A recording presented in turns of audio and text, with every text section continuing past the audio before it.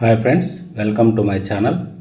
ఈరోజు మనం ఈ వీడియోలో సైకాలజీలో భాగంగా వివిధ మనోవిజ్ఞానవేత్తలు వారిని సైకాలజీలో ఏమని పిలుస్తారో తెలుసుకుందాం. ఈ టాపిక్ నుంచి కూడా డిఎస్సిలో తరచూ ప్రశ్నలు వస్తున్నాయి కాబట్టి జాగ్రత్తగా నేర్చుకుందాం. మొదట మనోవిజ్ఞాన శాస్త్ర పితామహుడు అని ఎవరిని పిలుస్తారు అంటే విల్హెల్మ్ వూంట్. ఈయన జర్మనీ దేశానికి చెందినటువంటి మనోవిజ్ఞానవేత్త.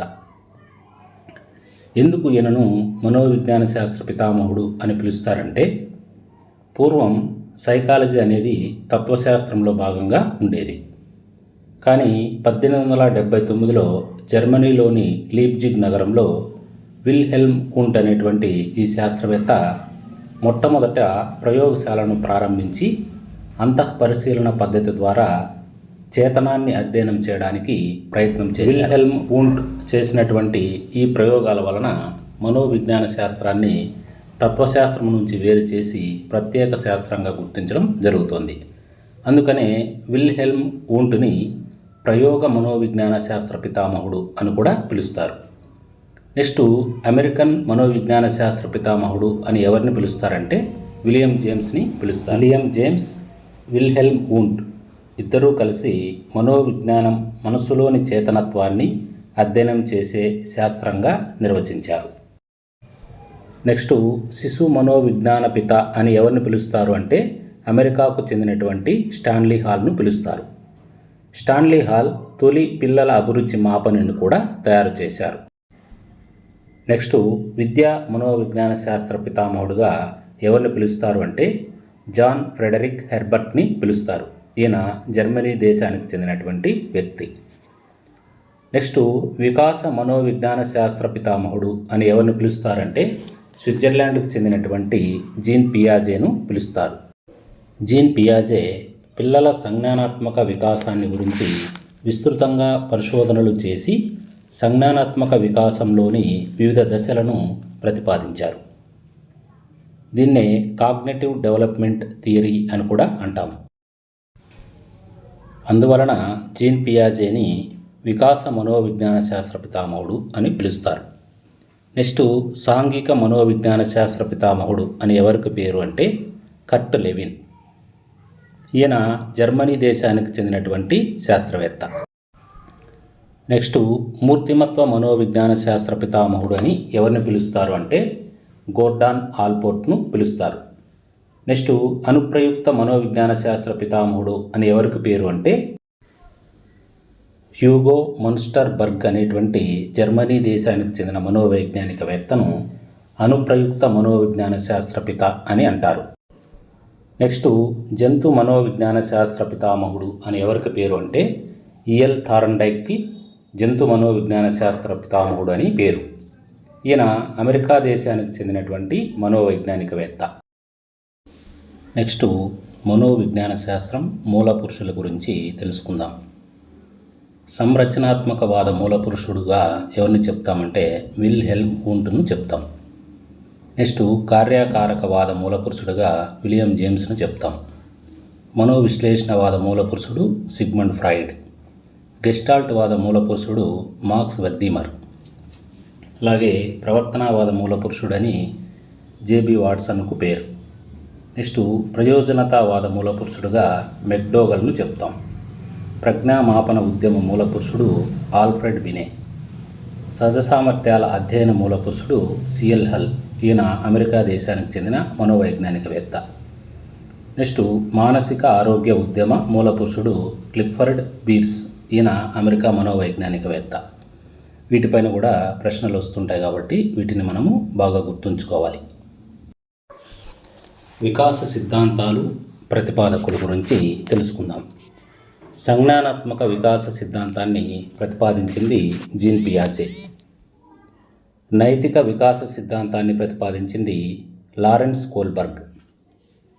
భాషా వికాస సిద్ధాంతాన్ని ప్రతిపాదించింది అమెరికాకు చెందినటువంటి నోమ్ చోమ్స్కీ. ఈయన నేటివిస్ట్ దృక్పథం అనేటువంటి భావనను ప్రతిపాదించారు. నెక్స్ట్ ఆత్మభావన సిద్ధాంతాన్ని ప్రతిపాదించింది అమెరికాకు చెందిన కార్ల్ రోజర్స్. ఈయనను హ్యూమనిస్ట్ దృక్పథం ప్రతిపాదకర్త అని కూడా అంటారు.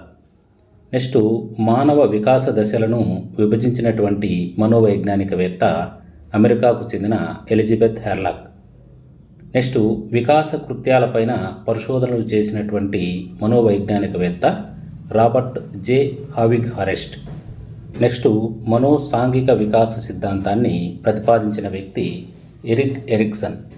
ఈయన స్వీడన్ దేశానికి చెందిన మనోవైజ్ఞానికవేత్త. ఇందులో నుంచి కూడా డిఎస్సిలో ప్రశ్నలు వచ్చాయి కాబట్టి వీటిని బాగా గుర్తుంచుకోవాలి. నెక్స్ట్ ప్రజ్ఞా సిద్ధాంతాలు, వాటిని ప్రతిపాదించినటువంటి మనోవైజ్ఞానికవేత్తల గురించి తెలుసుకుందాం. ఏకకారక సిద్ధాంతం, దీనిని ప్రతిపాదించింది బినే. ఏకకారక సిద్ధాంతాన్ని బలపరిచింది టెర్మన్ స్టెర్న్ ఎబ్బింగ్హాస్. నెక్స్ట్ ప్రజ్ఞా ద్వికారక సిద్ధాంతాన్ని ప్రతిపాదించింది కార్ల్ స్పియర్మెన్. నెక్స్ట్ బహుకారక సిద్ధాంతాన్ని ప్రతిపాదించినటువంటి మనోవైజ్ఞానికవేత్త థార్నడైక్. నెక్స్ట్ సామూహిక కారక సిద్ధాంతం, దీనిని థర్స్టన్ ప్రతిపాదించారు. నెక్స్ట్ ప్రజ్ఞా స్వరూప సిద్ధాంతాన్ని గిల్ఫర్డ్ ప్రతిపాదించారు. నెక్స్ట్ బహుళ ప్రజ్ఞా సిద్ధాంతాన్ని ప్రతిపాదించిన వ్యక్తి హోవార్డ్ గార్డినర్. నెక్స్ట్ ఉద్వేగాత్మక ప్రజ్ఞ, దీనినే ఎమోషనల్ ఇంటెలిజెన్స్ అని అంటాం. ఈ ఎమోషనల్ ఇంటెలిజెన్స్ అనేటువంటి భావనను మొదటగా వెలుగులోకి తెచ్చినది డేనియల్ గోల్మన్. నెక్స్ట్ మనోవిశ్లేషణ సిద్ధాంతం, అలాగే రక్షక తంత్రాలు అనేటువంటి పదాలను వాడినటువంటి వ్యక్తి సిగ్మండ్ ఫ్రాయిడ్. ఈయన ఆస్ట్రియా దేశానికి చెందినటువంటి మనోవైజ్ఞానికవేత్త.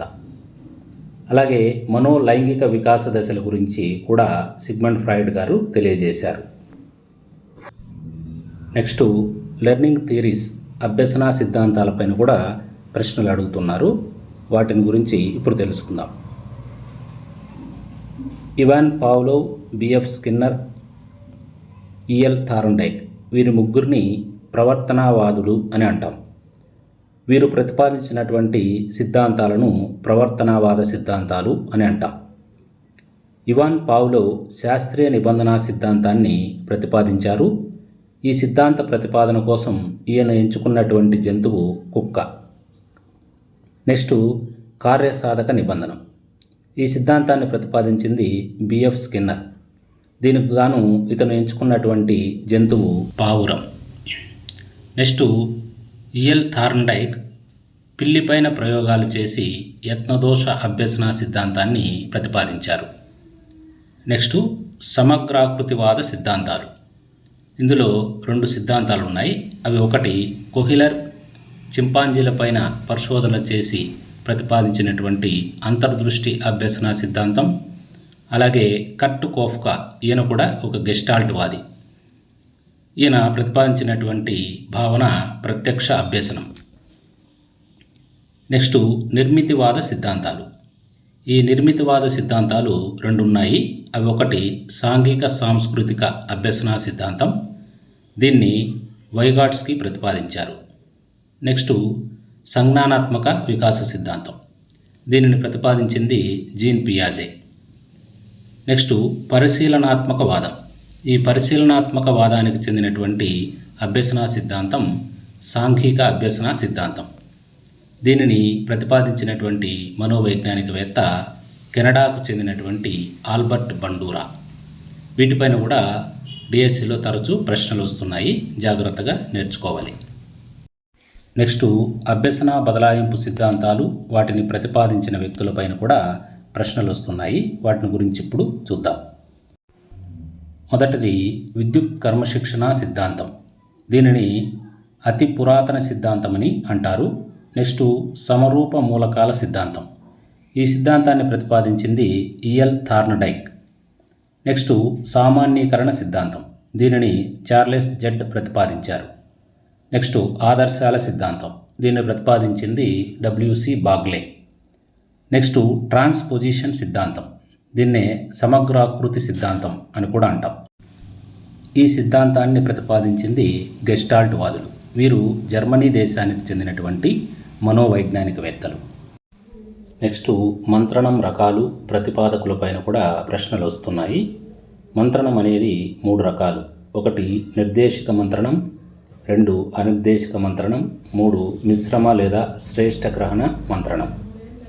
నిర్దేశక మంత్రణాన్ని తెలియజేసినటువంటి వ్యక్తి అమెరికాకు చెందిన విలియమ్సన్ డార్లీ.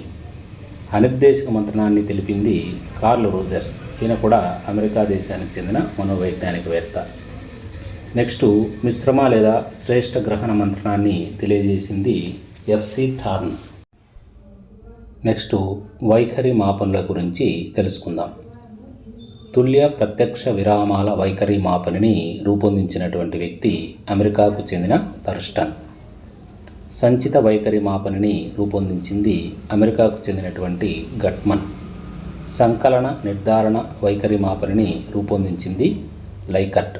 ఈ లైకర్ట్ వైఖరి మాపని అనేది పరిశీలనకు చాలా అనువైనది, ఎక్కువగా ఉపయోగించేటువంటి వైఖరి మాపని. నెక్స్ట్ సాంఘిక అంతరాల వైఖరి మాపనిని రూపొందించింది అమెరికాకు చెందిన బోగార్డస్. నెక్స్ట్ సాంఘిక మితి మాపనిని రూపొందించింది జేఎల్ మెరినో. ఈయన రొమేనియా దేశానికి చెందినటువంటి మనోవైజ్ఞానికవేత్త.